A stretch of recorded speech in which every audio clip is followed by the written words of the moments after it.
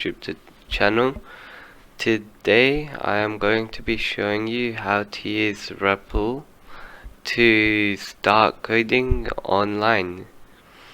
So first we should go to replit.com and make an account. I've already done that, that's why I'm here. So I've just created a new account on Replit. So we're gonna be coding in Python. So to code in Python, the first thing we have to do is create a project. So there are different ways to create a project. You can click on the button up here, which will open this box, and just click on Python. The other way is to click on this button here. That will also open the box. And the last way is to just click on a button here, if you ever get that. If you don't get Python here, just click on here or here. And it will just open the box and it will auto select Python. So we're just going to create a Python project first. So name this Hello World. And we can create a REPL. It will take a couple seconds to start up. You can see it's downloading all the files necessary. And it's open. So it'll give you a tutorial, but we don't need that right now. So the first thing you can do here to make your first Python project is to print hello world, as every coder does when they're first learning. So we can type print and then in brackets colons hello world, and then that's all you need to do for your first project. Now we can run this project by clicking on the run button over here, and it will say hello world in the console. Alternatively, you can click on the shell and you can type python main.py.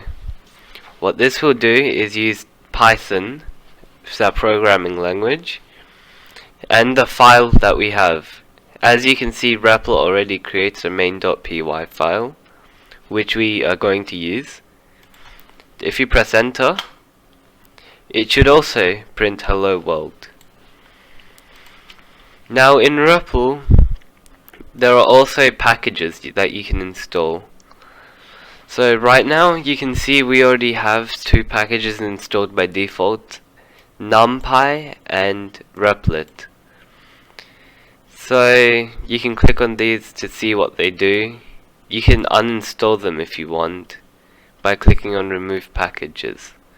So I'll just remove NumPy for now, and you can see that it has uninstalled your package.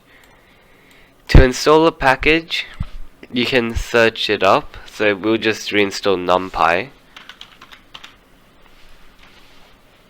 It will search for the package, and there it is. You can just click on it to install. And there we go, NumPy was installed to our project again. There are also secret environment variables, which are like variables that no one will be able to see. So we can create that if we want. There are settings so you can change how your REPL will look like. You can change your layout to more of Visual Studio Code layout, but I'll just leave it on side by side for now. Font size, you can change your font size. Normal is fine. Indent size, how big you want your indents to be. Keybinds, wrapping soft wrap, you can change that. And your code intelligence, so it will just auto complete your code for you. There's REPL has its own database that you could use. We might go over through that later. And that's about it for REPL. Also, you can enable dark mode by pressing here and then clicking on the night icon, and it'll enable dark mode for you. So that's our first tutorial in REPL. If you enjoyed this, like and subscribe, and I'll see you in the next tutorial.